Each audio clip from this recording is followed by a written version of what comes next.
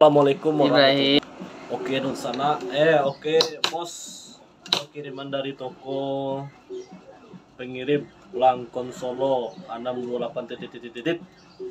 Dari Sukoharjo, DS Soko RT 02 RW 03 Kecamatan Matigondo, Kecamatan Grogol, Kabupaten Sukoharjo, Grogol, Kabupaten Sukoharjo, Jawa Tengah. Oh, sebelum dibuka ya. Setelah dibuka pastinya. Cilik lo, lihat lu buka lah ha. Keliling. Sebelum dibuka.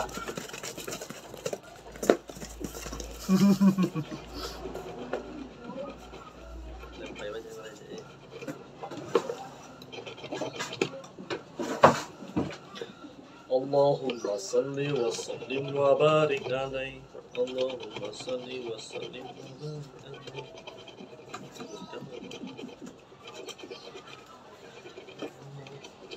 Nasib pilih sangai ya, aku udah lakban nih.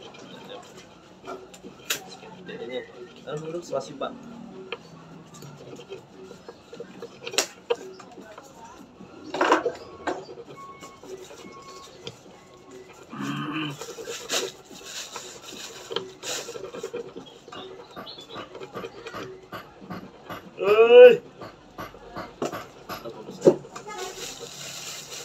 Licin tak benar. Licin tak benar.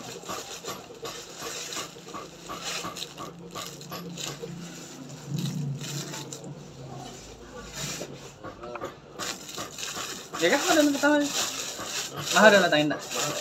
Nah aku. Nah serius. Lebih encak bentuknya ada datang. Untuk Berarti itu dua kali. Pintu anu wak itu berarti dua sih ya.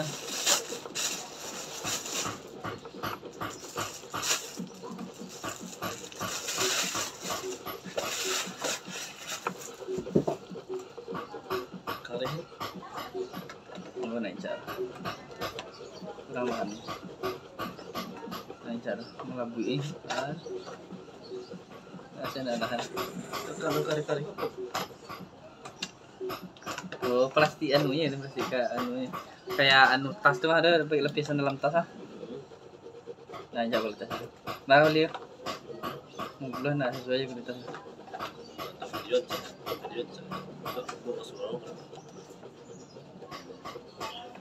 Pas banget. Lancar ini. Susah lancar betul.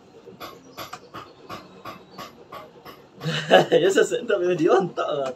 Lantai, serius, lantai. Bahannya lancar bahannya. Ikut apa boleh?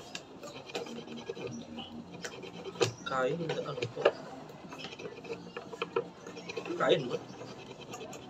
Balik sih, kan apa? Nah, isi selalu sebiji pepek dia. Bacun. Yep. Isi selalu sebiji pepek dia. Mau cari pakai ukang nih.